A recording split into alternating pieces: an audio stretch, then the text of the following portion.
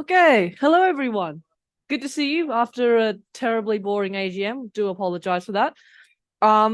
Today, as you will have seen from our post, we are going to be looking at OSINT, which stands for Open Source Intelligence. Put your hand up here if you have heard of OSINT or have done some OSINT challenges before. 1, 2, 3, 4. Good, we got people. Keep your hand up if you did the OSINT challenges from the 2023 DECTF. Not too many of you. Good, because I'm using some of those challenges again today. But don't worry, if you have already done them, I do have some other challenges waiting for you guys. So open source intelligence is really special because you get a whole bunch of different sources. But for today's particular workshop, we'll be focusing on image-based OSINT and geolocation. So what this means is you're given an image. So for example, I could take a picture of that building outside over there.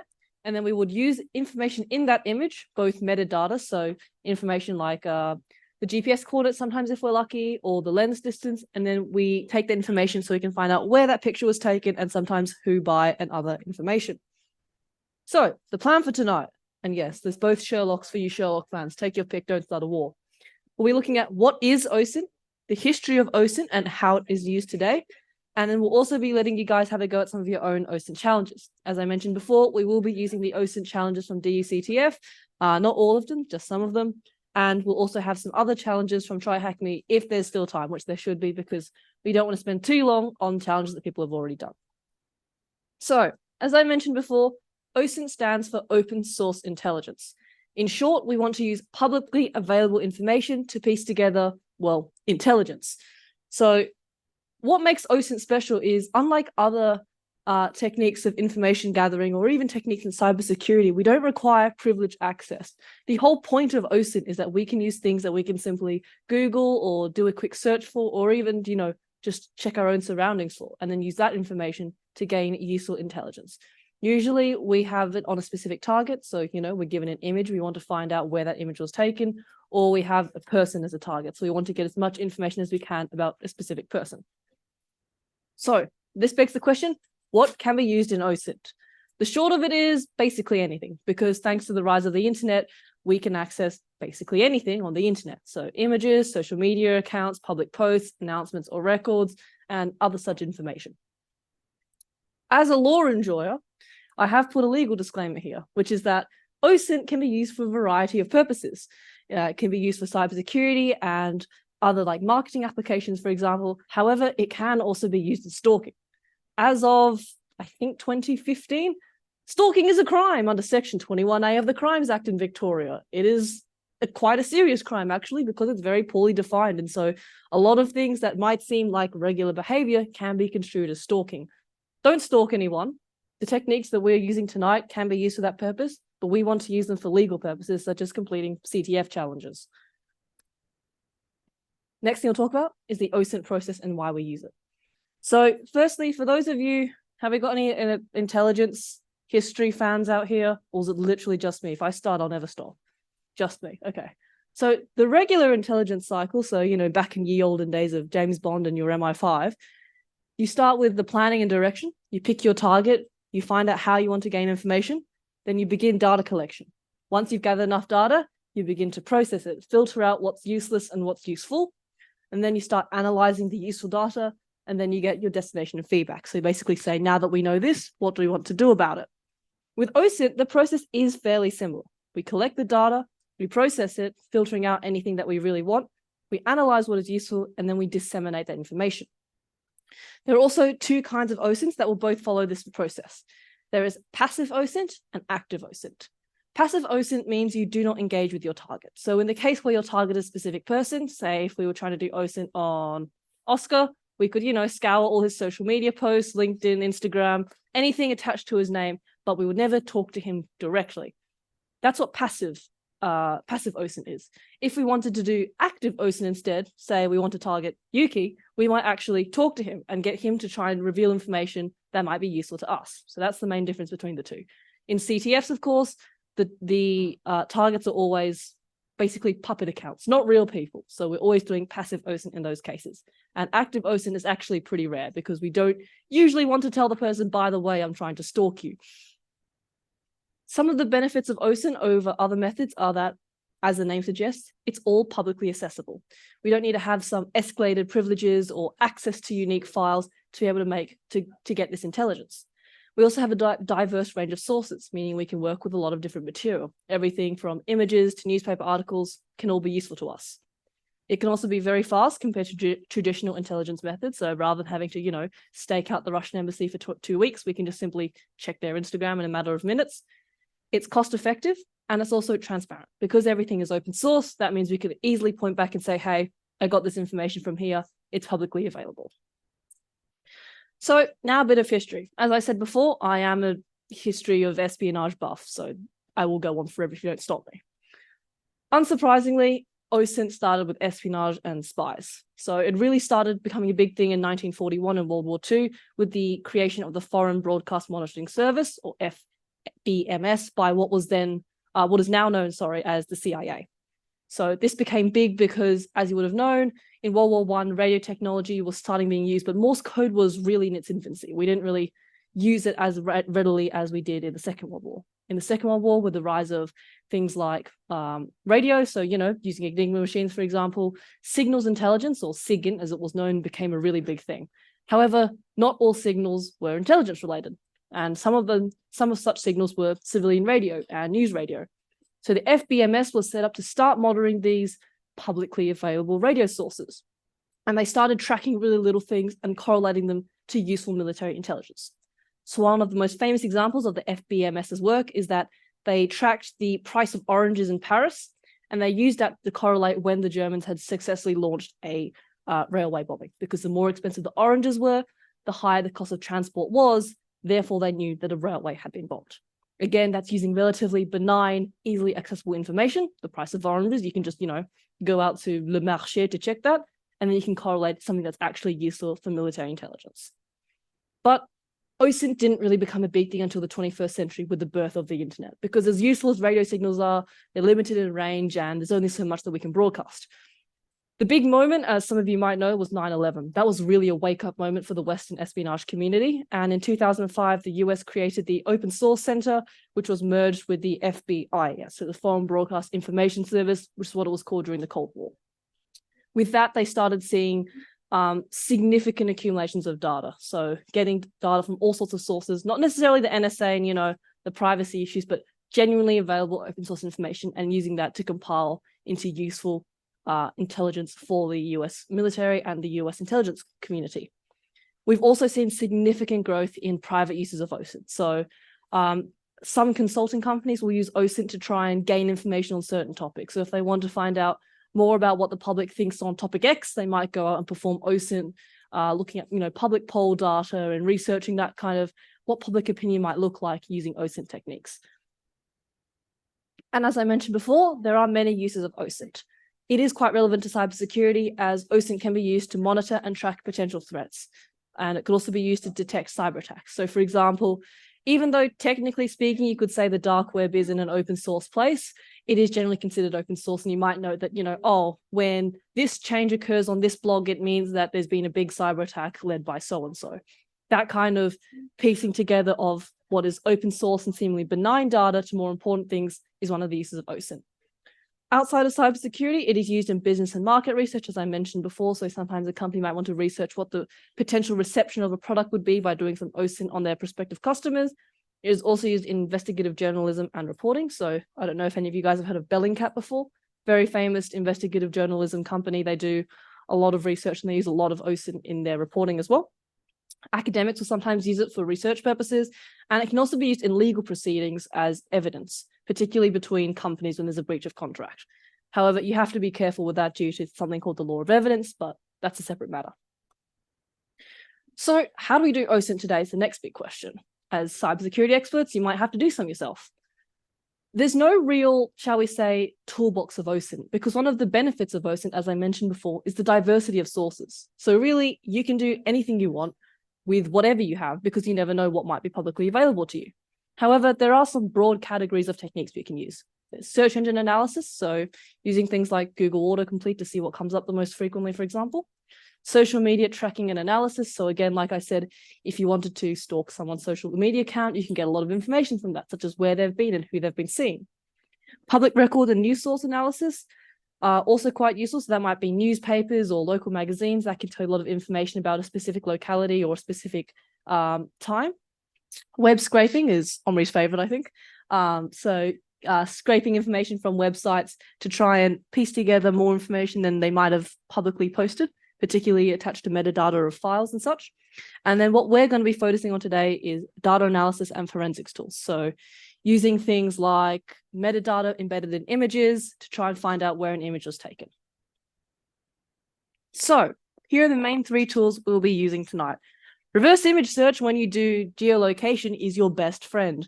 The 2 main ones I've listed up here is Google image search and Yandex. Who's heard of Yandex before, out of curiosity? There's a few of you, that's good, that's good. Really controversial opinion for you OSINT lovers out there. Google image is better for places, Yandex is better for faces. Controversial, I know some people swear by Yandex and hate Google images, but that's just what I found in my experience, yes. So, Bing will say, so you wanted to see a picture of New York City? Here's Melbourne. You don't need to go any further. Don't use Bing, please. If you use Bing, I will kick you out of MonSec personally. But anyway, my opinion is, for those of you who don't know, by the way, Yandex is run by the Russians. Yandex is basically the Russians' Google Images. So people have said, you know, should we be using Yandex for reverse image search if the Russians are using it for reverse image search? You know, to be honest, there's relatively little connection. I mean, Google's probably just as bad. So, you know, at the end of the day, don't put in personal data. Don't do it. But those are the main 2 we'll be using. Again, as I said before, Google Images tends to be better for either A, well-known icons, or B, places. Yandex is much better for faces though, because Yandex scrapes social media sites as well. Geolocation engines, Google Maps, you've all heard of it. I mean, if you want, you can use Bing. I mean, if you really, really want, but no. And the other thing we'll be using is forensic tools such as EXIF tool. If you don't have it on your command line, which some of you might already do, there is an online version at exif.tools.com. It does the exact same thing and it runs just fine. Last legal disclaimers. This is boring, I know, but I feel obliged to say this. OSINT is meant to be open source. However, there are some cases where data which might appear to be open source isn't actually open source, such as if someone accidentally leaks something. You could say technically it's open source because it's been leaked, but actually it's not. The reason I bring this up is because someone actually got arrested for espionage under this, so please don't get arrested for espionage. It is a strict liability crime. It's bad. Don't do it. Again, don't use OSINT to stalk people as well. S21A, it's terribly defined. It literally says, if you engage in any activity that could be reasonably considered to be stalking, then you were stalking. Yes. Now, that's the thing. When you say what is reasonable in law, we have the example, and I'm not making this up. It's called the man on the Clapham bus, or in Victoria, we like to say the man on the Bourke Street tram, which is deeply ironic to me. But yeah, we don't have much case law on it. It's pretty bad. Basically, every case, they have said, yeah, that can be stalking if you think about it hard enough. And it's like, sure, don't do it. Last warning. If I see any of y'all stalking, we have a law clinic over there. Anyway, moving on to the fun part of tonight's workshop. So with this workshop, the way it's roughly going to be run is I have a long list of challenges here. Each of these challenges is basically one image for the first lot. The second lot are extended challenges. So for the people who have already done DUCTF or more familiar with OSINT, here are some really good try hack me rooms. So the Sakura room is some mixed OSINT, fairly beginner stuff, but is quite long. Geolocating images is a more challenging image-based OSINT room. CafeSec uses social media-based OSINT. Web OSINT is web-based OSINT, so using stuff looking like their backend, the API, what they're running and scraping. And grep is application-based OSINT. So again, if you already know all about the OSINT and you don't want to do DUCTF and the more beginner challenges, I highly recommend moving on to those ones. But for everyone else, we'll be doing 5 main challenges tonight. So we'll have 4 of the DUCTF challenges. So that was from CTF a couple of weeks ago, and the Try Hack Me Room Searchlight.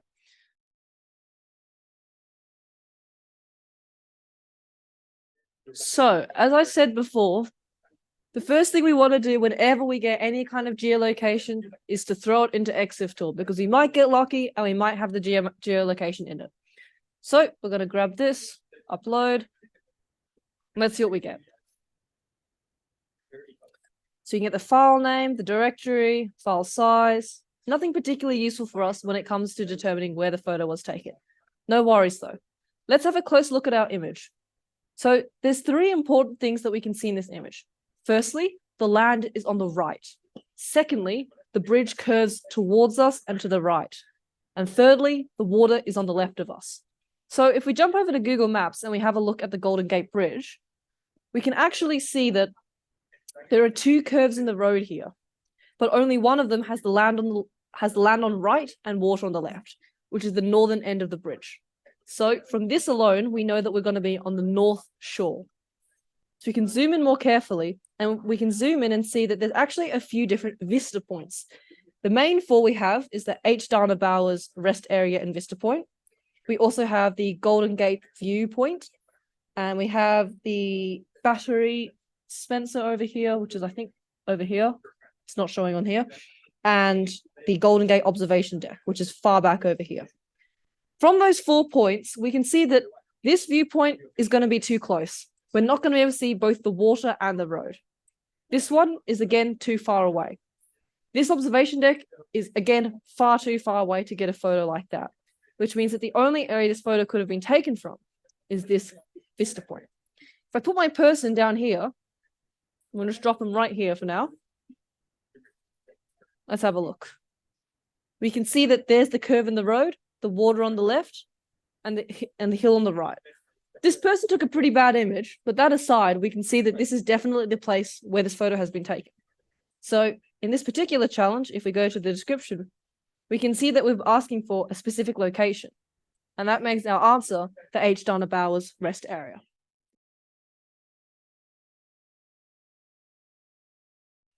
So let's have a look at this image. We already identified what the 3 key features were: the style of architecture, the fact that we're in Victoria, and this little sign up here.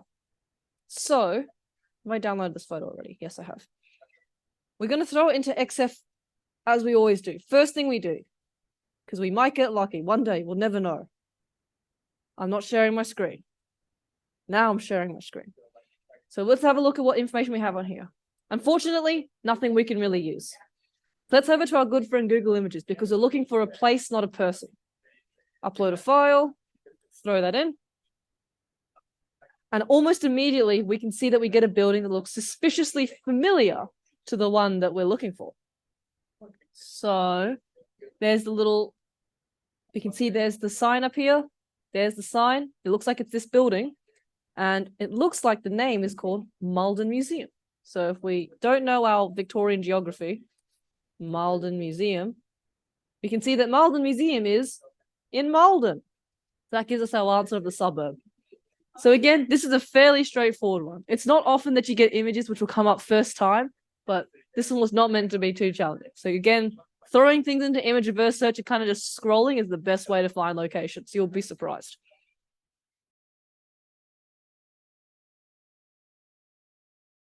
It's actually so quick. I'm just going to go through it now because, like I said, sometimes you get lucky and you can just download an image. You throw it into your favorite EXIF tool, choose our file, excellent Vista. And today, we are very lucky because someone forgot to get rid of their GPS information. For those of you who don't know, your cameras will do this by default.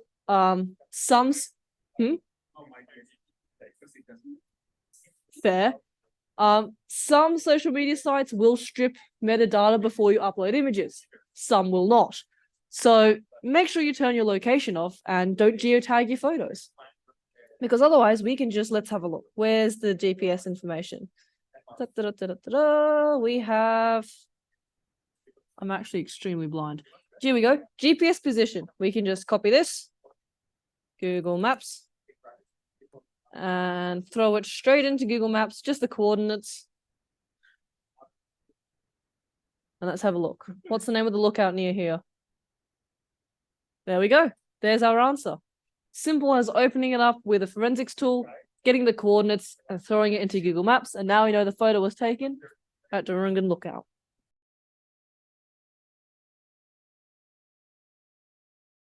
Okay, so this one, as you may have noticed, is very tricky. There's no metadata we can use. If we throw this into reverse image search, we get a bunch of pictures of birds. Not particularly helpful to us trying to geolocate this image. The big hint I gave from before is consider. We can see that this in the bottom right is a ship. If you didn't get that, you're off to a bad start. But anyway, we need to consider what ships fly official flags.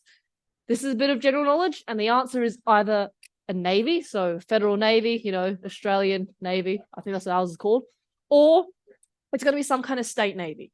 The thing is, we don't have state armies, so that means we're probably going to look at a search and rescue or a coast guard.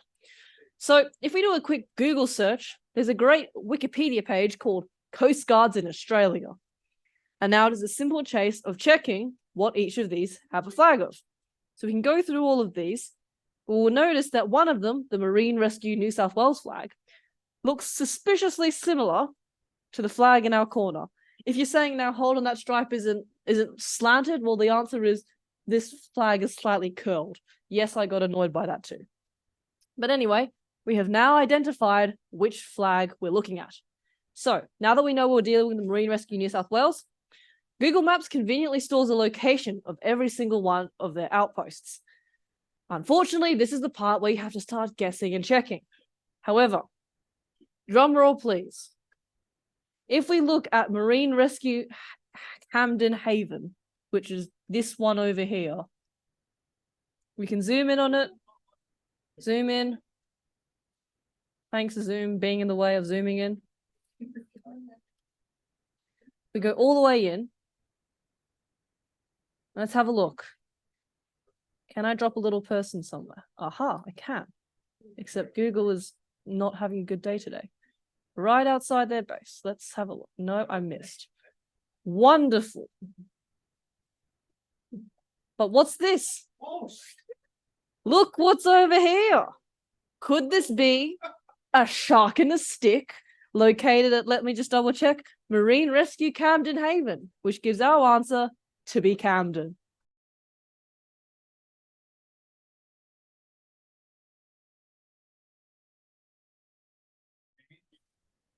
So, the flag format for this particular room is actually quite important to note down. It's SL, curly bracket, then the flag. So for this one, we have SL flag. Oh, I think it's ready. Yep, that's the first one.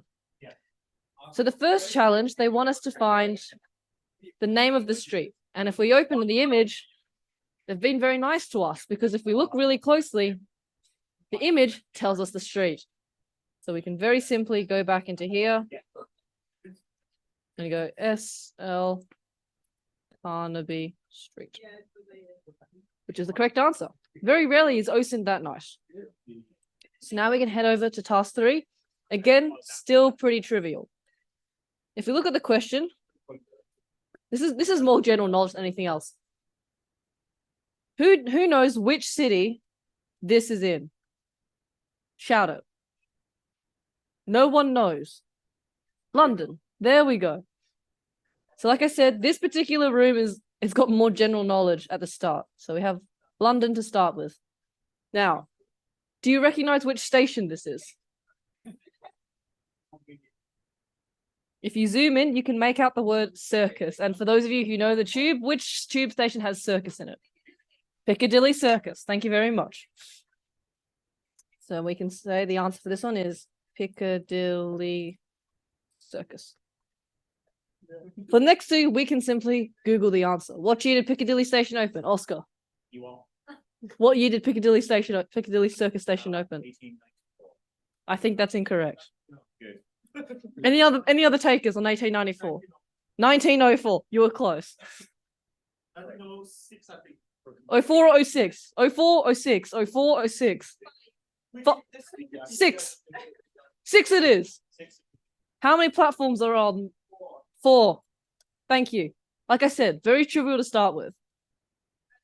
But now we're going to get a little bit more complex. So if we look at task 4, we're given this image and it's pretty blurry. Let's have a look at what the questions are. The first one is, what building is this photo taken?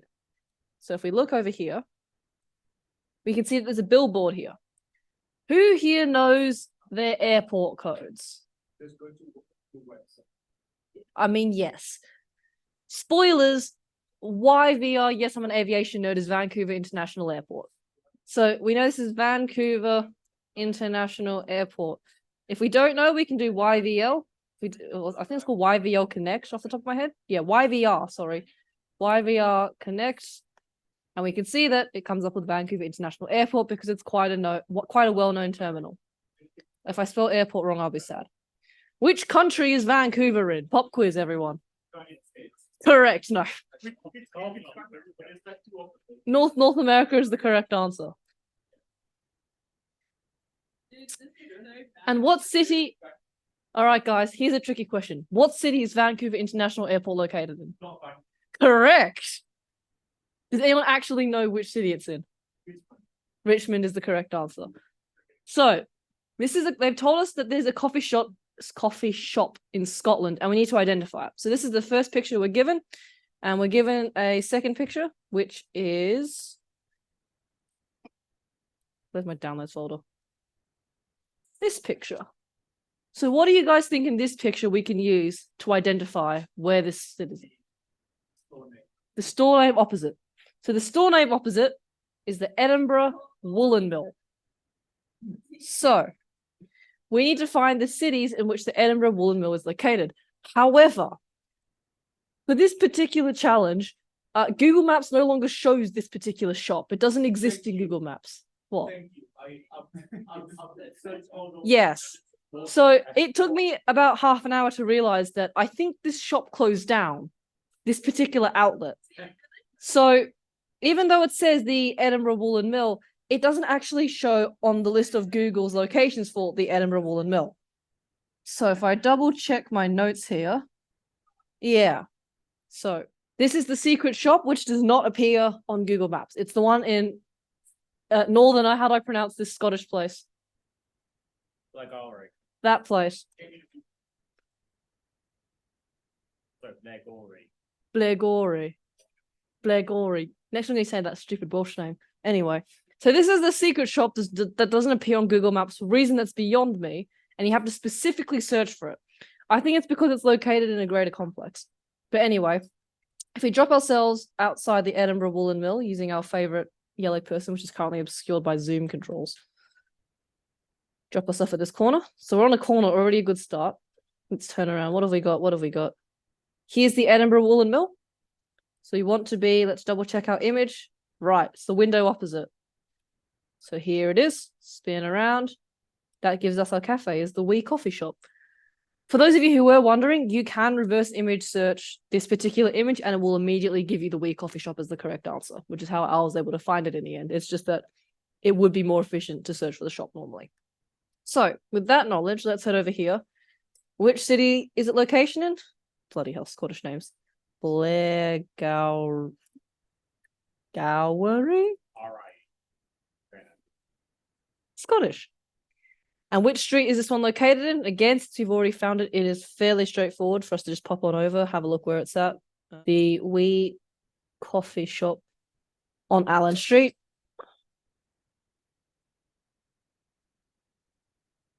And phone number. So we already know what the answer is from Google. So we need to put in exactly what we saw.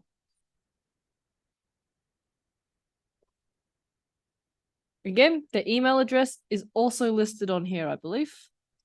And if it's not, we'll do a quick Google search.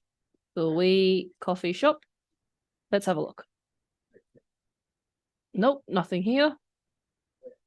Have they got a website we can get their email off? Aha, they do. There it is. So this part of OSINT is using the mixed method. So now we have the location. We can now get their contact details. Yes. Now the surname of the owners. So where might we find this kind of information? 12 seconds later. Oh, here it is. Discover Blackgowrie. Owner and manager is currently Debbie and David Cochrane. There we go. That gives us our answer. So in this particular question, we had to first locate the coffee shop and then use traditional Google search methods to try and find further information, which is something fairly common you'll see in OSINT. Now we're going to do some more reverse image searching, which I'm sure you guys are very used to now. So in this one, we want to look at the restaurant and the name of the Bon Appetit editor that worked for 24 hours there. So let's have a look at what we've got here. It looks like a pretty ordinary restaurant, but let's see what happens if we throw it into Google image search. Again, I do prefer images over Yandex for locations, though that's just what I found so far. Upload this image. What have we got? Google immediately can find it. This is why I like Google, because it will geotag things ridiculously well. So the answer here, Katz's Deli, because in this particular one, they only want the shortened name. Now that we have the name, it's fairly trivial to find the Bon Appetit editor. So Bon Appetit editor. Nope. Bon Appetit editor, Katz's. Any movie fans here? Apparently this is from a movie. That's why it's very famous. But anyway, with that aside, here's the name of the editor we're looking for. Now things are going to get quite challenging. We have a very strange image here. It looks like a motorbike. No spoilers for the next question, but anyway. In this particular one, we want to find the name of the statue and who took the image.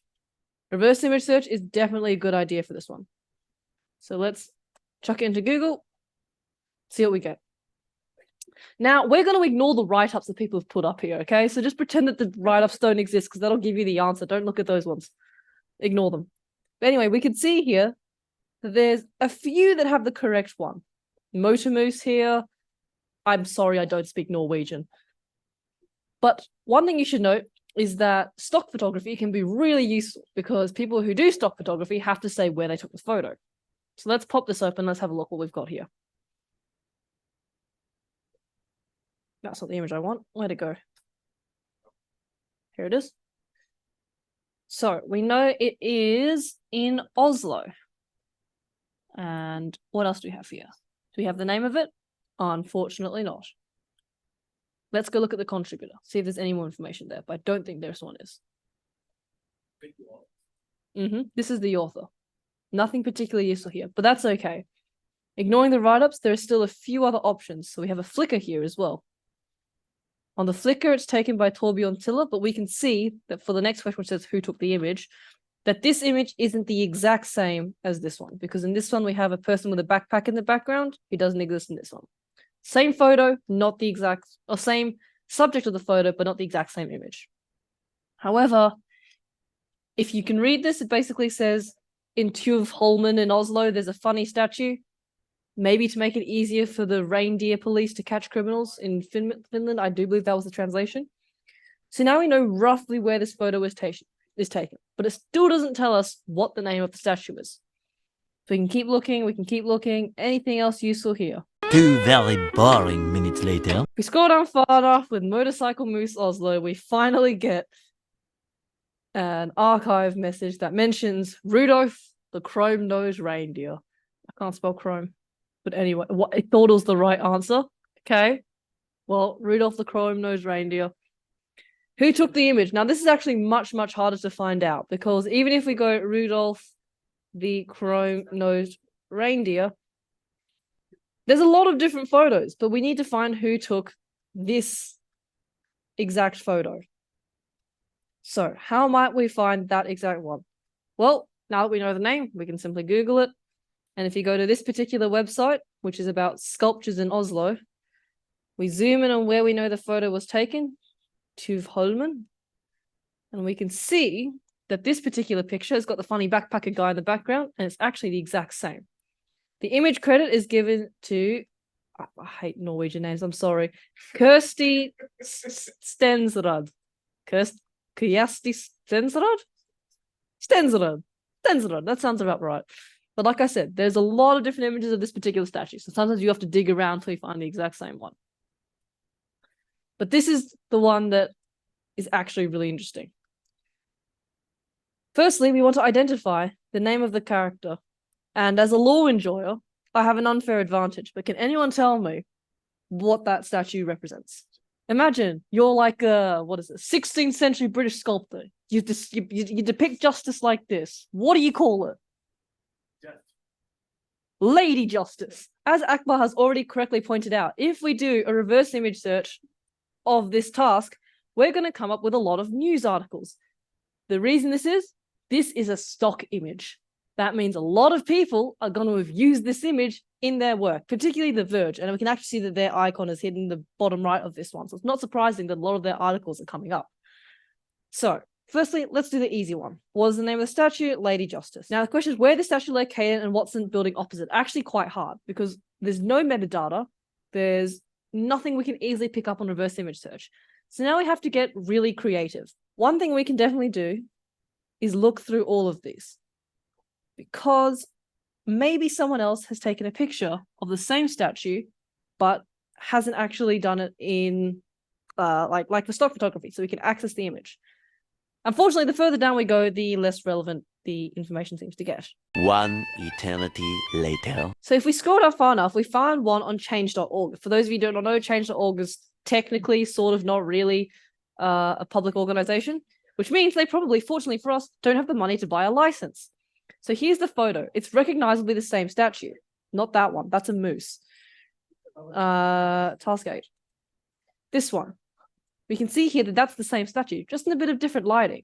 And at the bottom, we can see that it was taken by Dan Forth Nicholas under, importantly, a Creative Commons license. That means it's well and truly open source. We should be able to go Dan Forth Nicholas and find him. Here he is on Flickr, a great source for Creative Commons photography. However, he does have almost 5,000 photos. So we'll need to narrow it down a little bit. Let's go and search his photos for, let's try the word justice, because you know it's Lady Justice. And here we are. Here is the statue we were looking for. And underneath, we have the location, the Albert and Bryan Courthouse in Alexandria, Virginia. So after much scrolling, we can come back over here and say this statue is located in Alexandria and the building opposite this statue. Well, we know the name that it's outside the Albert and Bryan Courthouse. So we already do. We go to our best friend Google Maps, head over here, and we go Albert v. Bryan Courthouse. And we can see that over the road is the Westin Alexandria Old Town. Now we have the last question for tonight. There are two ways of doing this. There's the easy way and the hard way. So I'm going to show you the easy way of doing this. First, we want to download this one. And yes, I am going to open this in VLC because it's cursed. So if we look at this video, we can see it's a panoramic shot. For those of you who have been to this particular city, you might immediately recognize the skyline. I'll play this whole video. One big clue, the name Riverside Point. Look at the position of the river. And then we go over to the other side. Our second big clue, Clark Quay Central. Does anyone know where Clark Quay is already? I know some people might know. No one knows? Okay. You do know? Which city? Yes. This is the dead giveaway. If you don't, yeah, everyone know this? Yeah. This is the really big giveaway. So now we can tell that this video is taken in Singapore. Most importantly, we know what it's next to, which is the Google Maps. We know that we're close to the Clark Quay Central. The Central is here. If we look back at the video, we can see that it's on the opposite side of the water to where this person is staying. We also know that the Riverside Point is opposite them.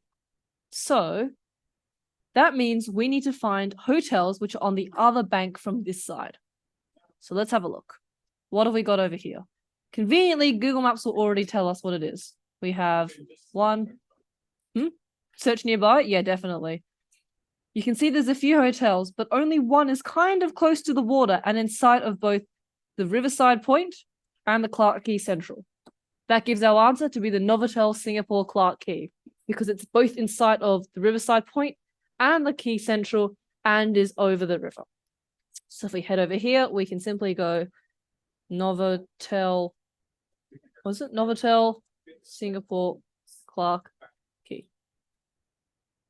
which gives us the correct answer, finishing the room.